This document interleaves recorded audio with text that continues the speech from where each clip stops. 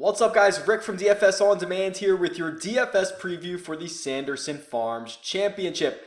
The salaries just dropped a few minutes ago, so I want to jump into this as quickly as possible. But before I do that, I do have some winners from the Greenback Brier. So first off, Joaquin Niemann goes out and wins the thing. I know a lot of us had him. He was in our lineups, that 9K range in general.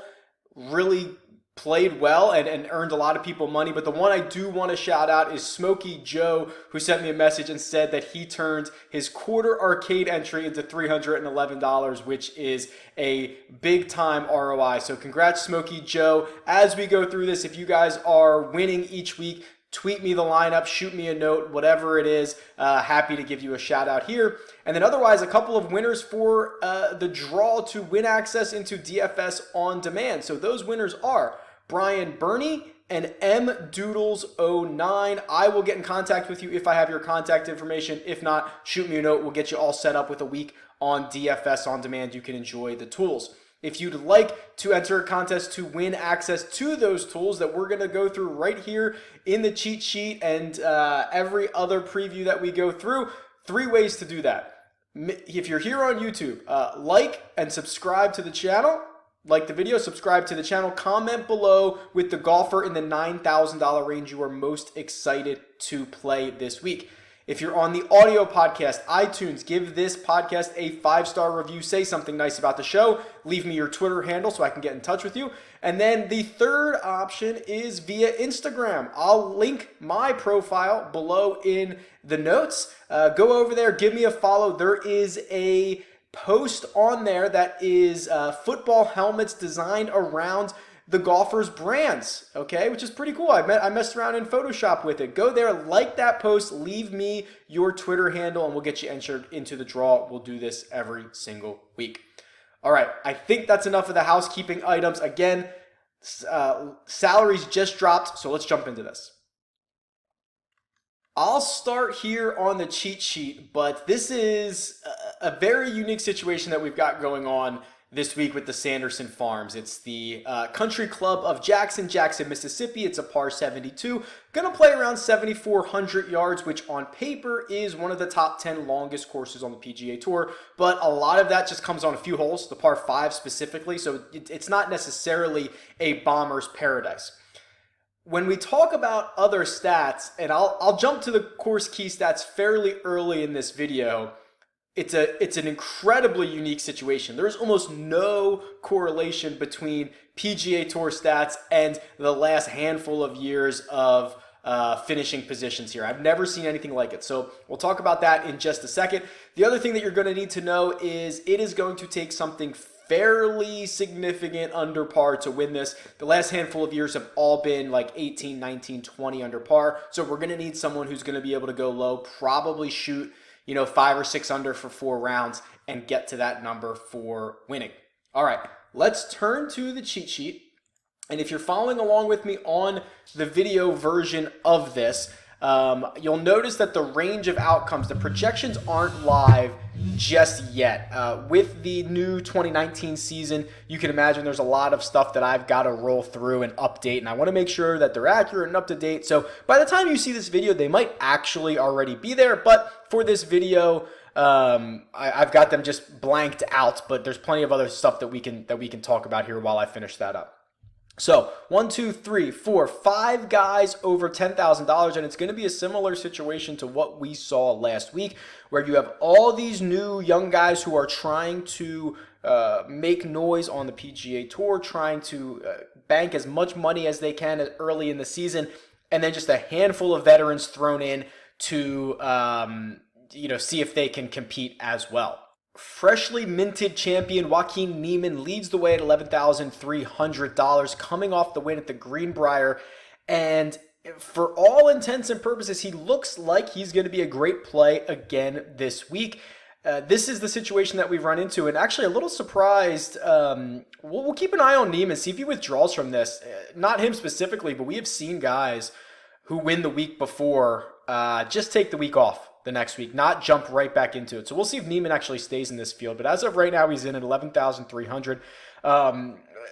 there's no knock against him. He was the best player on the planet last week, won by 6 shots. Would seemingly fit Sanderson Farms here and the country club of Jackson. But we all know this little thing where golf is the only sport that we look at it almost as a negative for a guy who won last week because of all the extra media obligations. Now he's, they always say you don't sleep very much afterwards. You're answering the texts, you're answering the phone calls. Now you got to jump right back into it. I don't know if I buy into all that. I'm mostly probably going to stay away from Neiman just because I like guys below him, kind of in a better situation. I don't have to spend up 11,300, but couldn't knock you, and he'll probably be, he'll certainly be lower owned than he was last week because he was one of the chalkiest players on the board. Brandt Snedeker to me at 10,700 is really interesting. So outside, we haven't seen him since the Tour Championship. 24th place finished there out of 30. But remember, guys start with start and strokes. So Snedeker, that was probably an average finish for him or slightly below average. But the 2 weeks before that, he started to get really hot. 5th place at the BMW, 6th place at the Northern Trust. And what I like about Snedeker is he's able to catch fire. What you're going to need from the winner this week is someone who can make a lot of birdies. And we know Snedeker can do that in bunches. So that to me is very appealing. Helps with the DraftKings scoring if you can make a bunch of them. Sung Jae Im also falls into that category. Continues to rack up top 20s almost every single time he starts. Makes a ton of birdies. Actually made an ace last week, which, obviously he's very unlikely to do again. But, that's the type of scoring that really helps out in DraftKings. Now, before we get into this 9K range, because this is going to dictate a lot of our rest of our conversations, I really need to jump over to the course key stats tool. And if you remember, because this is new, so we kind of introduced it last week, but it's a new tool, but the concept is not new. I've constantly been comparing yearly season stats for golfers and comparing it to success on the actual PGA tournament. So what that allows me to do is correlate which stats are likely to find success at that course. And I've never seen anything like it for the Country Club of Jackson. There is not, if you just look at the most common stats, so that's the strokes gain numbers, birdie or better, the stuff that always pops up, or the stuff that I think are really good indicators of success. There is not a single stat that ranks inside the top 32 of any course on the PGA Tour. So let me put this in a different perspective so that we can look at this. Strokes gained putting is the highest ranked stat, and it ranks 33rd, which means that the Country Club of Jackson, at that course, strokes gained putting is the 33rd. No, let me say this again. Strokes gained putting is more valuable at 32 other courses than the Country Club of Jackson, okay? Making it the 33rd rank here. That's the best one. So that means for strokes gained around the green, which ranks 40th, it means that stat is more important at 39 other courses. Strokes gained off the tee, which actually, strokes gained off the tee, which most weeks is so critical, is dead last. It actually ranks 50th here at the Country Club of Jackson. I actually need to update the number that I rank these out of. I've been adding more courses. So this says out of 49, it's actually out of 50, and the Country Club of Jackson ranks 50th. It's unbelievable. There is almost no stat that correlates, none of the most important ones that correlate. So what are we going to do? If we look at the most important stats, which are just, a lot of these can be a little wonky. You see total putting ranks 3rd here at this course. So only 2 courses is total putting more important.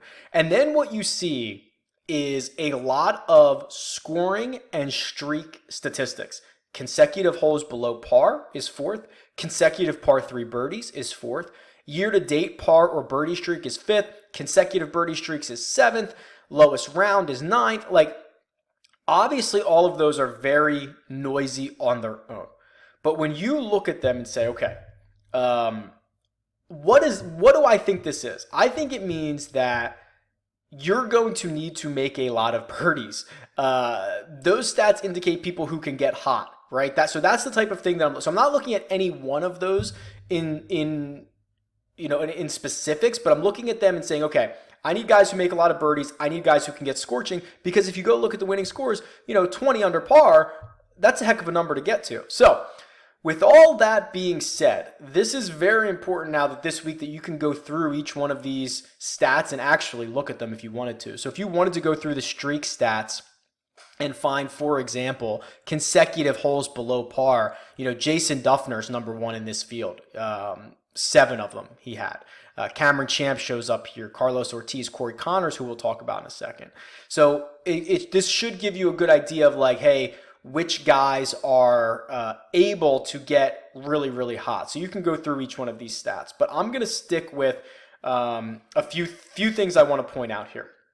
If you look at birdie or better, which obviously it's the percentage of holes that a golfer makes a birdie or better. Joaquin Niemann leads the way here. Then it's Matt Every and Brendan Todd. And then there's an interesting name with Tom Hoagie at 7,400. Tom Hoagie is all over the map, but he makes a ton of birdies, and he just finished second last week at the Greenback Brier. If he can continue to kind of parlay that forward, he's only $7,400 he makes for an interesting play. Aaron Wise makes for an interesting DraftKings play. So I'm going to jump back and forth all over the place here, but Aaron Wise is $8,500. He had a 25th place finish here at the Sanderson Farms the last time he played it. It wasn't last year. And he's just kind of been dwindling around this 40s range for the last couple of weeks that he's played on the PGA Tour. But what Aaron Wise is really interesting is that he makes a ton of birdies, and he almost always outperforms his finishing position on the PGA Tour. So for those of you who've been following along, I have this most valuable golfers stat that I go through. And that stat compares where you finish in the DraftKings scoring versus where you finish in the actual golf tournament. And so often, Aaron Wise is one of those guys who deems himself to be most valuable or more valuable because he's always outpacing his finishing position with DraftKings points. Even when he finishes in the 40s, he can go out and score you 70 or 80 DraftKings points, which comes in handy. So he has a lot of outs. So I really like Aaron Wise here in this type of situation. But the one guy that I don't want to skip over is Corey Connors, and Corey Connors is so well known for his elite tee to green game. Absolutely cannot putt. But if you just look at his recent finishes, 26th at the Tour Championship, 7th at the BMW, 21st at the Northern Trust, 22nd at the Wyndham. Those are 4 really good finishes down the stretch and into the playoffs. And he finished in second place here last year. So Corey Connors is someone who, I might even start my lineups at Corey Connors. If I decide to go with a more balanced build, Corey Connors might be my first man in here. We haven't seen him yet this year, but really excited to continue to play him. He seems to always put himself in some type of good position on DraftKings. If we sort by those, I'll go back to the key stats here and sort by strokes gained tee to green. We see the types of names of guys that I'm going to play. It's Ben On, who, made the cut last week. I think he finished in the 40s. It wasn't anything too inspiring, but he's the type of guy that I would go back to. Corey Connors shows up here second. And then you get Emiliano Grillo, who, I don't play a lot of him. I don't really like his game. He's pretty poor around the greens. He's even worse on the greens. Does all of his work ball striking, and he struggled towards the end of last season. But if he is a seasoned PGA Tour veteran in a field that is doesn't necessarily boast a lot of them. So I think that of all weeks, playing him in the swing season, I'm more likely to play him here than I am probably later in the year when these fields get tougher. Kevin Streelman's here again, elite ball striker, doesn't lose too much on the greens, and I do think it is worth noting Lucas Glover at 10,200. He's the first guy when you rank these from strokes gained tee to green. He's the first guy that shows up, and he's 6th on that rank that doesn't lose strokes putting. The 5 guys ahead of him all lose strokes putting. So interesting thing to note about Lucas Glover, and then Sungjae Im, who is right behind him. I still think there continues to be value in these Korn Ferry Tour guys, right? I mean, some of them we really liked last week. Scotty Scheffler was like the 54 or the 36-hole leader. Some guys, didn't really do all that well.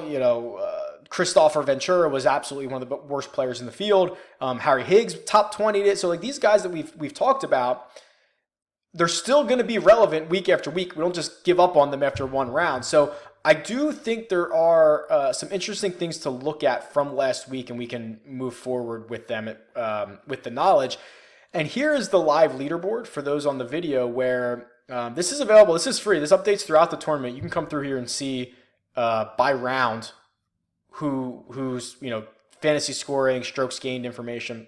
And the thing that really sticks out to me here is if you sort by tee to green last week, we usually see the winner lead the field in strokes gained tee to green.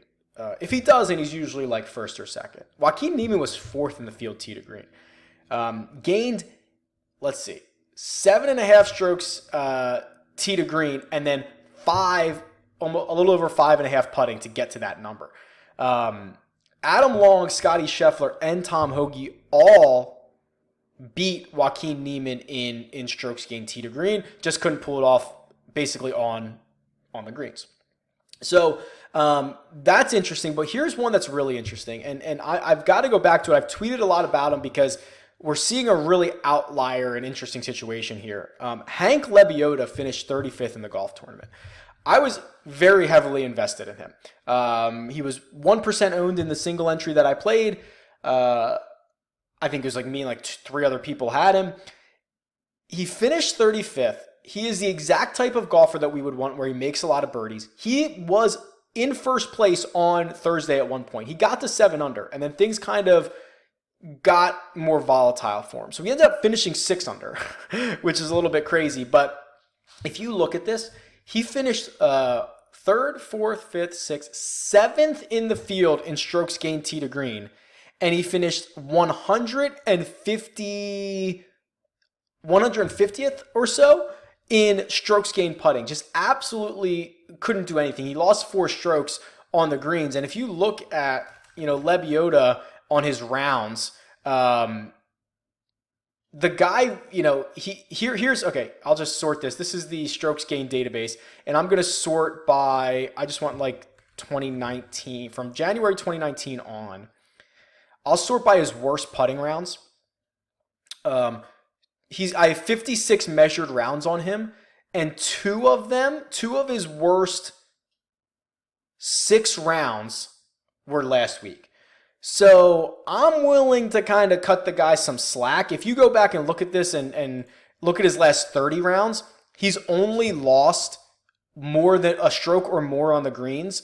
I think it's 4 times in his last 30 rounds, and 2 of them were last week. So, it's one of these situations where when he loses, he doesn't really lose that big, and he gains quite often. So I'm hoping that he can keep the tee to green game up and find a little bit of his normal putting and be more in contention. I mean, compared to his, like 2019 baseline, he left, let's see, he lost 4 strokes. He would normally lose about 1.2. He left like 3 strokes out there.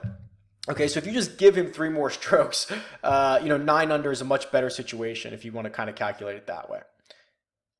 All right, and before we sign off here, I'm going to get you another couple of guys who I think are a little bit of value here. And I'm going to scroll down to, where are these guys? So Hoagie's at 74, Doc Redman 7,200. Really like Doc Redman. I'll continue to play him a lot this season. Here we go. Here's Joseph Bramlett, I believe is how he pronounces it, $7,100. Sneaky finish last week, 14th place. Really good tee to green player on his very limited PGA Tour stats. But if you look at his KFTs, Korn Ferry Tour scoring average from last year, he was 8th on this tour. So another one of these young up-and-coming guys trying to make their name, trying to play every single week. So he didn't win on the Korn Ferry Tour last year, but continued to, pile up decent finishes. He's someone that I would take a look at. And then there's also, let me see if I can find him here. Here you go, $6,800. This is really deep. A guy who has plenty of PGA Tour experience, had to go down to the Korn Ferry Tour to get his card last year, DJ Trahan. So DJ Trahan actually won this event. It was 2006. It was not at this course, but fun fact for you, actually won this event. Finished T7 and T10 in 2 of his last 4 starts at the Country Club of Jackson. So he's got 2 top 10s in his last 4 starts here, missed the cut the other 2 times, had to play himself onto the PGA Tour again to get his tour card at the end of the Korn Ferry playoffs last year. Tied for 36th last week where he gained strokes both off the tee and on approaches. So he is playing well, doing what it takes. He's only $6,800. He has a lot of good vibes here. It is a pretty weak field if you want to compare it to that Barracuda champion or the Barbasol Championship, in which Trahan finished 6th just the week before the Open Championship. So this might be a really good spot for him to bounce back and continue the good success. All right, that's going to do it for me. There's probably a million other things that we could talk through, but this is a really good first look at the slate. Again, a lot of young guys. It should be a lot of fun. Couple ways to enter a draw for access to DFS on demand. You know what they are. Tell me who you're most excited to see in that 9K range. Best of luck this week. I will talk to you soon.